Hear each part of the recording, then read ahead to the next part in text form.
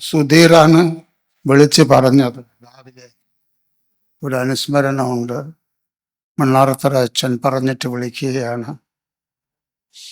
MTയെ കുറിച്ച് അനുസ്മരിക്കാൻ തുടങ്ങിയാൽ എന്നെ സംബന്ധിച്ചിടത്തോളം ഒരവസാനമില്ല. 1972 ഞാൻ MTയെ പരിചയപ്പെടുന്നു. 1972 ആദ്യം പരിചയപ്പെട്ടത് ബാലേട്ടനെയാണ്, MTB നായർ. അന്ന് ഞാൻ കുറേശ്ശെ കഥകളൊക്കെ എഴുതി തുടങ്ങുന്ന കാലമാണ്. അപ്പോൾ ബാലേട്ടൻ എൻ്റെ അടുത്ത് പറഞ്ഞു, എൻ്റെ അനിയനാണ് MT വാസുദേവൻ നായർ, പരിചയപ്പെടുത്തണോ, കഥയൊക്കെ അയക്കുക. ഞാൻ പറഞ്ഞു വേണ്ട, ഞാൻ കഥയൊക്കെ അയച്ചിട്ട് എപ്പോഴെങ്കിലും അതിൽ വരുമ്പോൾ പിന്നെ ഞാൻ പോയി പരിചയപ്പെട്ടോളാം. അങ്ങനെ 72 എൻ്റെ ഒരു കഥ ആദ്യമായിട്ട് മാതൃഭൂമി ആഴ്ചപ്പതിപ്പിൽ VR ഗോവിന്ദനുണ്ണി ഇല്ല പോയി. ഗോവിന്ദനുണ്ണി ഇരിക്കുന്ന സമയത്താണ് ഉണ്ണി പറഞ്ഞു അത് പ്രസിദ്ധീകരിക്കുന്നുണ്ട്. അപ്പം ഞാൻ മാതൃഭൂമി ഓഫീസിൽ ചെന്നിട്ട് പറഞ്ഞു എനിക്ക് MT ഒന്ന് പരിചയപ്പെടണം. അപ്പോൾ ഗോവിന്ദനുണ്ണി എന്നെ അങ്ങോട്ട് വിളിച്ചോണ്ട് പോയി. കുറച്ചു നേരം, വളരെ അല്പസമയം മാത്രം സംസാരിച്ച് ആ ബന്ധം വല്ലാത്തൊരു ബന്ധമായി അങ്ങനെ വളർന്ന് എവിടേക്ക് ഏറ്റവും ഒടുവിൽ ഇന്നലെ വൈകുന്നേരം അദ്ദേഹത്തിൻ്റെ മൃതശരീരം ആ പെട്ടിയിൽ നിന്ന് താഴത്തേക്ക് കിടത്തിയിട്ട് കർമ്മങ്ങൾ ചെയ്യാൻ പോകുന്ന സമയത്ത് ബന്ധുക്കളും വീട്ടുകാരും അല്ലാത്തവർ ദയവായി പുറത്തു പോകണം എന്ന് പറഞ്ഞപ്പോൾ ഞാൻ പറഞ്ഞു, ഞാൻ ബന്ധുവാണ്, ഞാൻ കുടുംബക്കാരനാണ്, അവിടെ ഇരുന്നോളൂ എന്ന് പറഞ്ഞു എല്ലാവരും എന്നോട്. അന്ത്യകർമ്മങ്ങൾ ചെയ്തു, ഞാനും ചെയ്തു. വായ്ക്കരിയിട്ടു, വെള്ളം കൊടുത്തു, ആ കാൽക്കൽ നമസ്കരിച്ചു, എന്നിട്ട് ശ്മശാനത്തിലേക്ക് അയച്ചു. ഒരുപാട് ഓർമ്മകളുണ്ട്.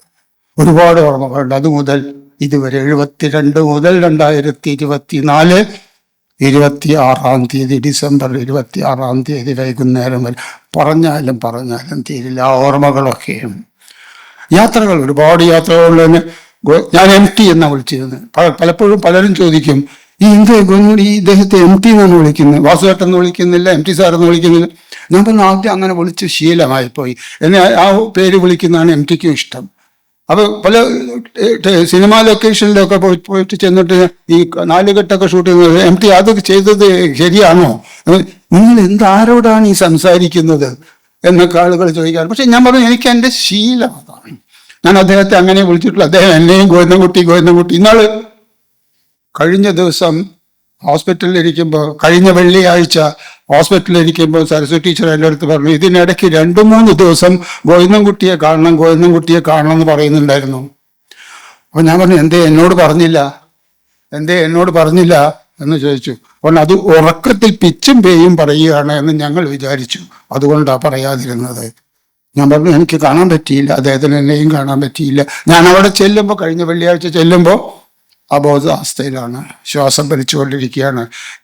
ICUവിൻ്റെ പുറത്ത് ഞാൻ ഇരിക്കുമ്പോൾ എനിക്ക് തിരുവനന്തപുരത്ത് നിന്ന് ഒരു സിനിമാ സംവിധായകൻ്റെ ഫോൺ വന്നു, MT മരിച്ചു അല്ലേ. ഞാൻ നിങ്ങളോട് ആര് പറഞ്ഞു ഇത്? അല്ല, അങ്ങനെ ഇവിടെയൊക്കെ ഒരു വലിയ ന്യൂസുണ്ട്, MT വാസുദേവൻ നായർ മരിച്ചു, ICUവിൽ കിടത്തിയിരിക്കുകയാണ് വെന്റിലേറ്ററിൽ, IFFK കഴിഞ്ഞ് ആ ന്യൂസ് പുറത്തു വിടൂ എന്ന് ഇവിടെയൊക്കെ പറയുന്നു.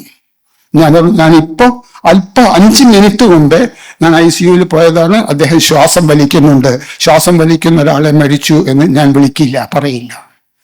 ഇങ്ങനെയുള്ള പല കഥകളും ഉണ്ടായിരുന്നു. ഇങ്ങനെയുള്ള പല കഥകളും ഇനിയും ഉണ്ടാവും. ഞാനും MTയുമായുള്ള ബന്ധം ചെറിയ ബന്ധമല്ല, വലിയ ബന്ധമാണ്. പറഞ്ഞാൽ ഒരു ജന്മം മുഴുവൻ പറഞ്ഞാലും തീരില്ല. ഇന്നൊരാൾ വിളിച്ചു ചോദിച്ചു, നിങ്ങളെ TV-യിലൊന്നും കണ്ടില്ലല്ലോ അവിടെ. ഇല്ല, ഞാൻ ഒരു ഭാഗത്ത് ഒരു മൂലയ്ക്ക് ഇരിക്കുകയായിരുന്നു. TV-യിൽ കാണാൻ വേണ്ടിയല്ലല്ലോ ഞാൻ അവിടെ പോയത്, ഞാൻ അദ്ദേഹത്തെ കാണാൻ വേണ്ടിയിട്ടല്ല. എന്നിട്ട് ആ മൃതശരീരം ശ്മശാനത്തിലേക്ക് കൊണ്ടുപോയപ്പോൾ ഞാൻ അവിടെ നിന്ന് തൊഴുതു. ഞാൻ പറഞ്ഞു ഞാൻ വരില്ല, ആ ശരീരം കത്തിക്കുന്നത് കാണാൻ എനിക്ക് പറ്റില്ല, സാധിക്കില്ല. അത്രയേ ഉള്ളൂ MTയെ കുറിച്ച് പറയാൻ. ഇപ്പോൾ പറയാൻ തുടങ്ങിയാൽ തീരില്ല. അതുകൊണ്ട് ഞാൻ നിർത്തുന്നു. നമസ്കാരം.